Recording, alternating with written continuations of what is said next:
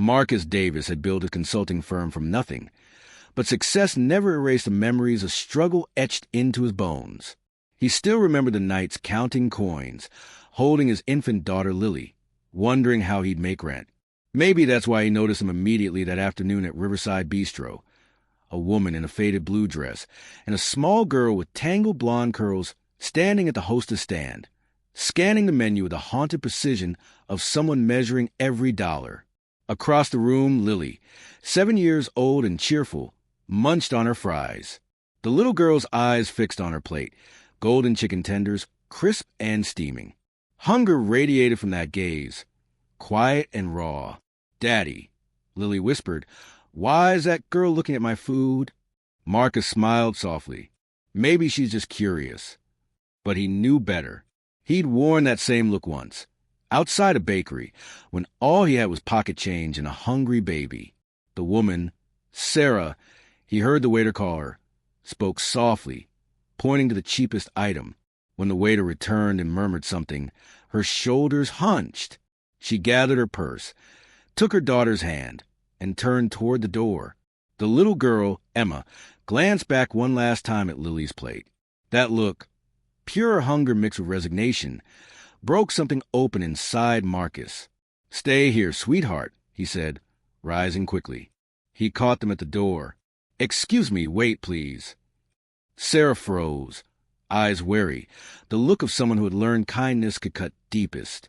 "I thought maybe you and your daughter might join us for lunch. We've got plenty." Her answer came sharp. "No, we're fine. I didn't mean to offend. I said no. We don't need your charity." Her voice cracked just slightly before she pulled Emma's hand and walked out. Marcus stood helpless, watching through the window as they disappeared down the sidewalk. He sat back beside Lily. "Is the little girl okay?" she asked quietly. "I hope so, honey," he said, though the ache in his chest told him she wasn't. He knew that look in Sarah's eyes, the look of someone who'd been betrayed by good intentions, who'd learned that help always came with strings. Once he believed that too, until someone proved otherwise. When they left the restaurant, Lily tugged his hand. "They were really hungry, Daddy." He nodded. Sometimes people are scared to accept help, even when they need it. "Why?" "Because sometimes the people who offer help want something back that hurts." Lily frowned. "Then how can you help them?" It was the same question Marcus had wrestled with for years. He thought of George, the restaurant owner who had once given him a dishwashing job when he was broke and desperate. George hadn't offered pity, just respect. That had changed everything. Maybe the answer wasn't charity. Maybe it was opportunity. A week later, Marcus saw them again at Riverside Park. Emma was laughing on the swings while Sarah sat nearby, watchful and tired. He stayed back, giving space. Over the next 2 weeks, they crossed paths again, sometimes exchanging a nod, sometimes just quiet awareness. Slowly, the distance between benches shrank until one golden afternoon, they found themselves sharing the same bench, 15 feet apart, then 10, then none. Neither spoke for a while. Emma played. Sarah sketched. Marcus read. Then Emma's voice broke the silence. "Mama, is that the man from the restaurant?" "Yes," Sarah said quickly. "But don't bother him." "I'm not bothering." Emma grinned at Marcus. "Do you come here a lot?"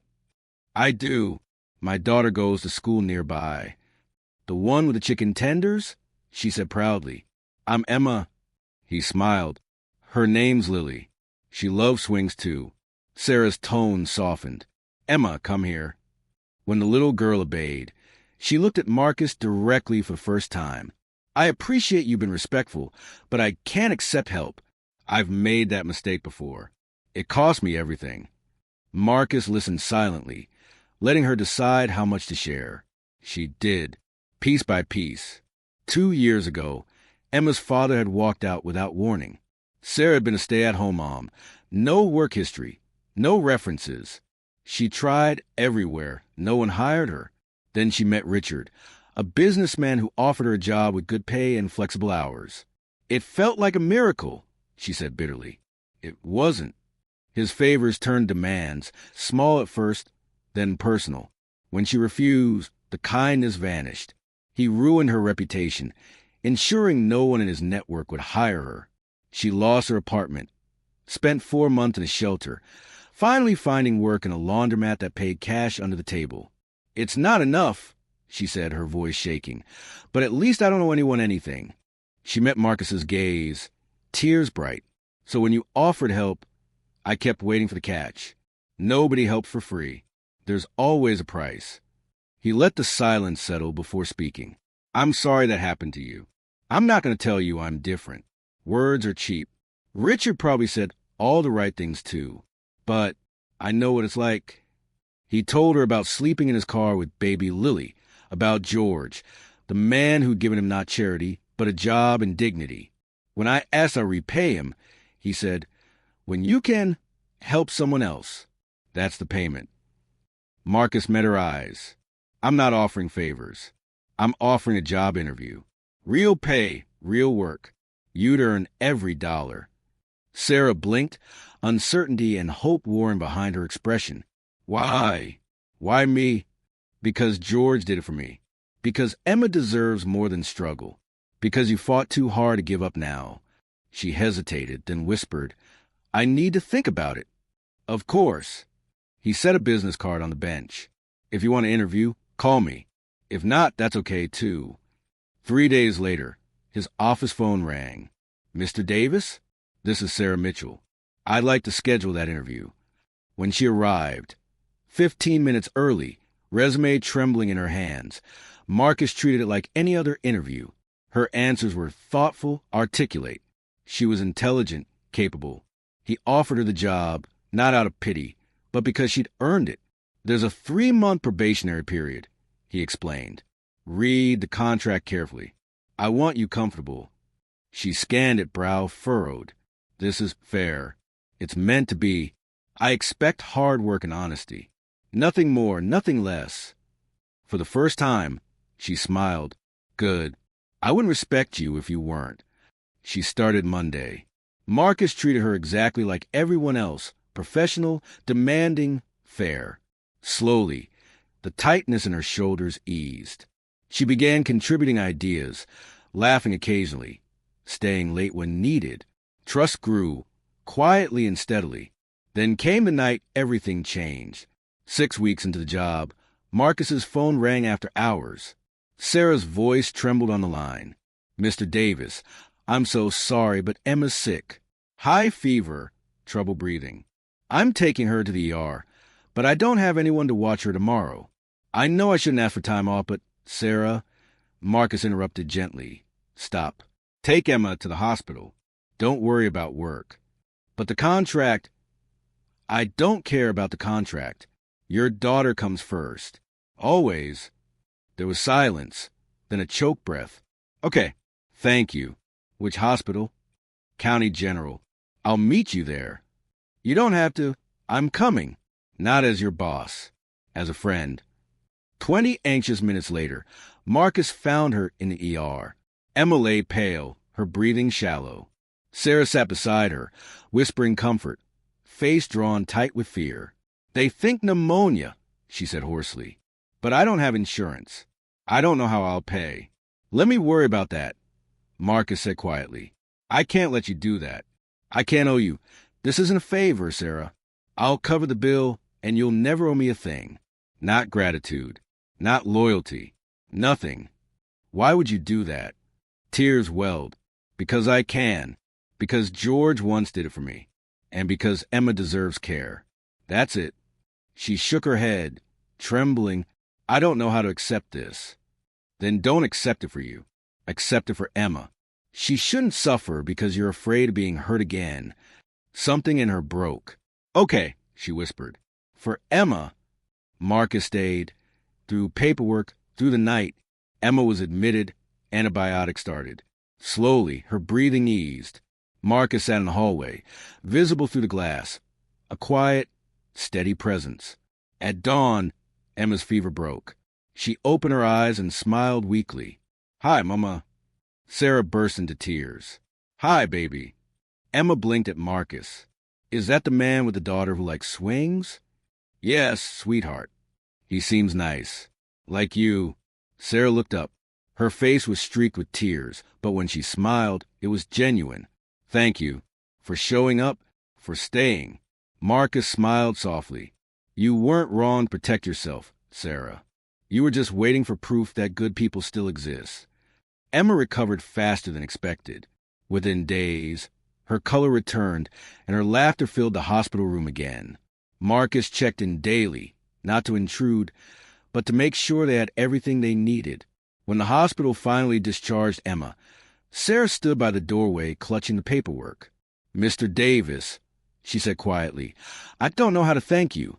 "Then don't," he replied. "Just focus on her. But you pay for everything. I can't pretend that doesn't matter." He smiled. "If you really want to repay me, come back to work. Keep doing what you've been doing. That's more than enough." She hesitated, searching his face for any trace of ulterior motive. She found none. "Okay," she whispered. "I'll be there Monday." When Sarah returned to the office, something in her had changed. The fear was still there, but beneath it was resolve. She worked harder than ever, catching mistakes others missed, bringing fresh ideas to projects. Marcus noticed how her confidence began to rebuild, brick by careful brick. Colleagues who had once overlooked her now sought her input. Clients praised her calm professionalism. And though Marcus treated her no differently than the rest, everyone could see he respected her deeply. Then came the quarterly meeting, the day she presented her first major proposal. Her voice trembled at first, but as the slides advanced, her confidence solidified. She spoke with quiet authority, detailing every figure, anticipating every question. When she finished, the room burst into applause. Marcus caught her eye and nodded once. Pride flickered across her face, subtle but radiant. Later, as they walked out together, she said softly, "I almost didn't apply for this job. If I hadn't, I don't know where Emma and I would be." He smiled. "You took the hard part, the risk. I just opened the door. You walked through it." She paused, her eyes glistening.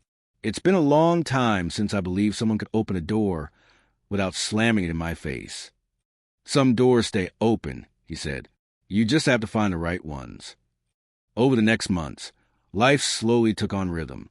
Emma thrived in school, her laughter unguarded again. Sarah began saving, then moved them into a small but warm apartment. She still struggled at times, self-doubt, old scars, but each small victory added to her strength. Marcus, too, changed. He'd spent years buried in work, convinced success could fill the void left by loss and exhaustion. Watching Sarah and Emma reminded him what purpose really meant. Not charity, not profit, just people helping people without expectation. Then one evening, he stopped by the park where it had all begun. Sarah and Emma were there again, Emma chasing Lily around the swings while the two adults sat watching. "She's growing fast," Sarah said. "Both of them are.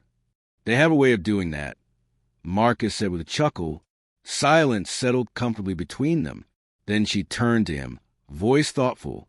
"You know what the hardest part was?" He shook his head, believing it was okay to accept kindness, that not every good thing comes with a hidden price.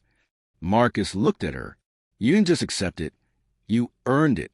You worked hard. You rebuilt. You fought your way back. That's not charity.